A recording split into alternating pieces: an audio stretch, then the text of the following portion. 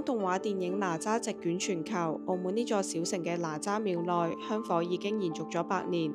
神話入邊嘅叛逆少年係點樣成為守護一方嘅信仰符號嘅呢？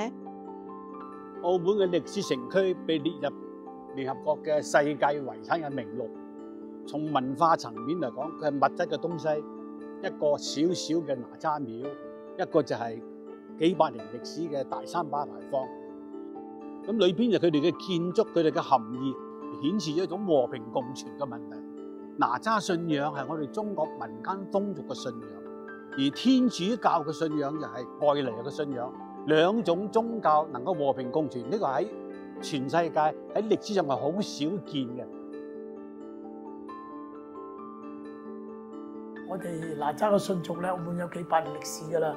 我哋希望藉你會將哪吒嘅信俗打造一個文旅一個金名片嘅活動嘅，繼續一代一代傳承落去。我哋哪吒文化館主要開發更多嘅哪吒文創產品，目的係吸引更多嘅年輕人同埋周邊嘅旅客，等更多嘅人可以喺度駐足停留，了解更多我哋哪吒信俗文化。